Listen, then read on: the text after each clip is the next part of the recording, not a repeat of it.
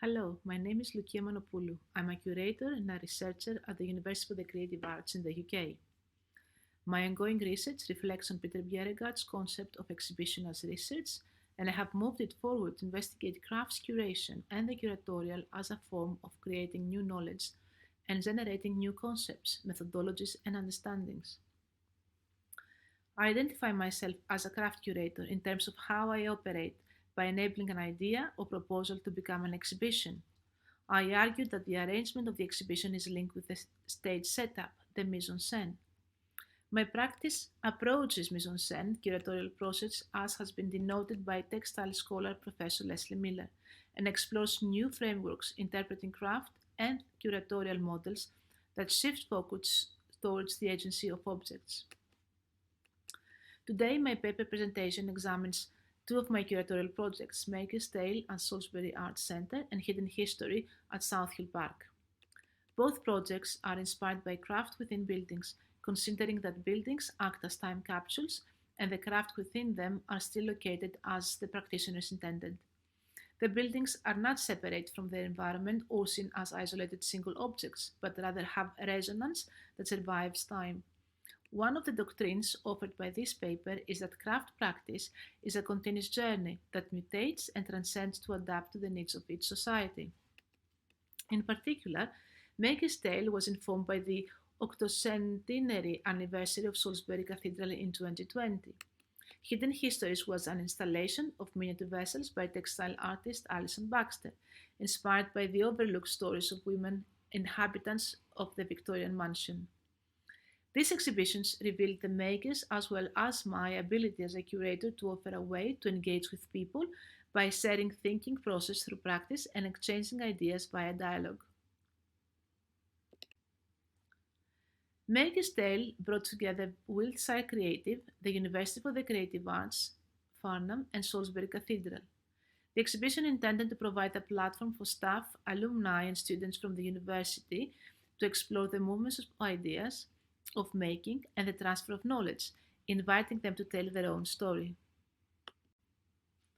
The act of skill sharing and the transfer of knowledge is manifested within the cathedral's works department, where masters have passed on their knowledge undisturbed since 1220. The project highlighted that the works department is analogous to the university studio, as both are places of learning through materials, places of thinking with silence or ritual music in mind, and the interplay of the past and the present.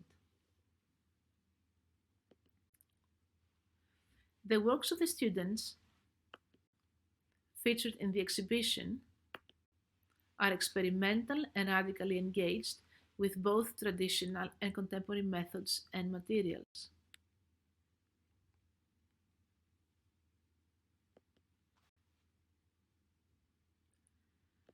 The exhibition was installed as Salisbury Arts Centre, a Grade II listed building, and former Church of St Edmund. The works were displayed throughout the Arts Centre on the walls, suspended from the medieval beams at the ceiling and on plinths. Even though the works are related to Salisbury Cathedral, the display in a deconsecrated church illustrated novel perspectives and certain parallels with the iconic building. Today, my focus is on display of what was once the altar of the church. I have identified a parallel between the medieval space and contemporary art center. The space is characterized by the stained glass window. In the Middle Ages, colored glass and precious stones consisted of a visual spectacle in ecclesiastical spaces, which encouraged the congregation to transcend from the material to the immaterial, an experience created by the interplay of light and color. At this space, I decided to display the clothes created by Charlotte Poole, inspired by her visit to the cathedral and her encounter with the stained glass windows, and the work of Peter Jacobs, the Enso photography series, part of her PhD research. Both works were informed by the properties of light. In the exhibition space, the once altar, the visitors became active performers within the mise en scène. They were entering a purposeful place with spiritual significance. The mise en scène proposed a new perspective for textiles and reflected the medieval and the contemporary finding which created a novel poetic and devotional harmony. By putting to one side the idea of craft as a means of creating the solid unique object, I consider craft to be a companion to sound and movement, a means of gracing time. In this sense, craft is neither static nor one singular thing, but rather a companion and a bridge. The commission for a new music composition, Plagency, by Dr. Harry Wally and Akira Brown, intended to reflect the concept of the exhibition, the movement of ideas. Plagency was conceived by the reverberation of the cathedral, bringing together seemingly disparate elements such as craftsmanship, technology, place, and materials, and presenting their indispensable connections through sound. At the launch event, the composers set the space in motion by transferring the sound through the music to be experienced in the gallery space as if it was in the Salisbury Cathedral.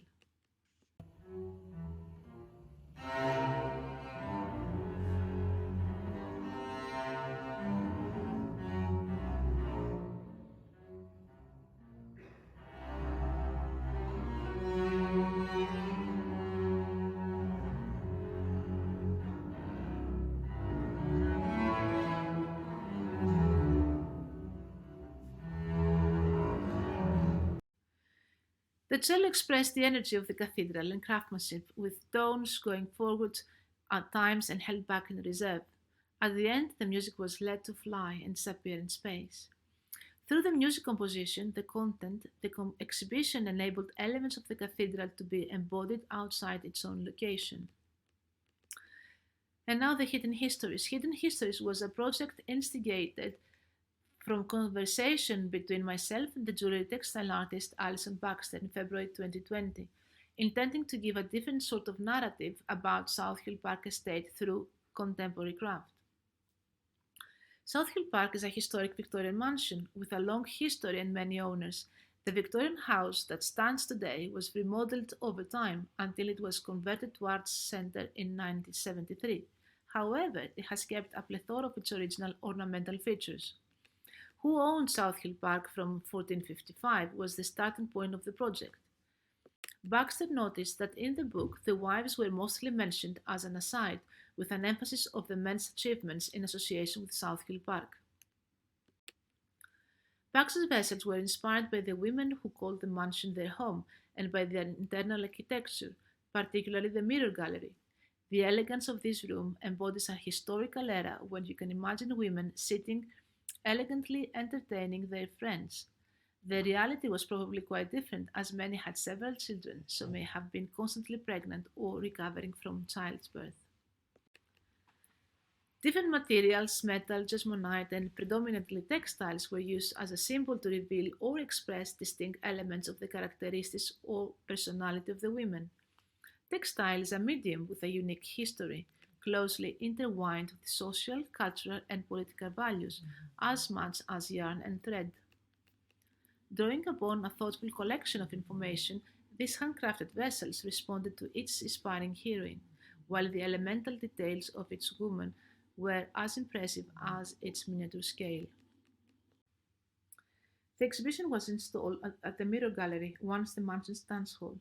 The vessels were displayed either in pairs or groups or on covered plinths with perspex placed in the middle of the room, or on their own inside glass domes placed on the window sills around the room, looking as though they were swirling and spinning on the wooden floor to the sounds of silent music.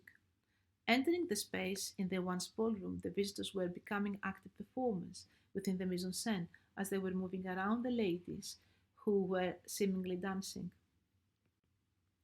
It is interesting to note that even though the perspex covers were used out of necessity to protect the fragile and frail nature of the miniature vessels, they offered an alternative reading in the exhibition. The cover created a display where the prefix "dis" created a metaphor to indicate women's marginalized and alienated position in the society of the time. The project included public participation by inviting the audience to exchange stories. Considering Maker's Tales and Hidden Histories process of the curatorial demonstrated two key points. the prominence of craft to people and organizations, and the way this relationship could be articulated through the curatorial, and B, the impact of craft curatorial practice in the audience's experience and engagement. This study demonstrated that dialogue has a resonance into developing new narratives.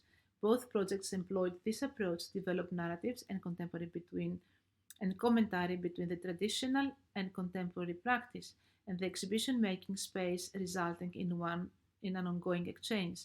A curatorial craft approach emphasized human skills, including a mastery of technique and the ability to use multiple skills to control the making process from start to finish. Thank you for listening.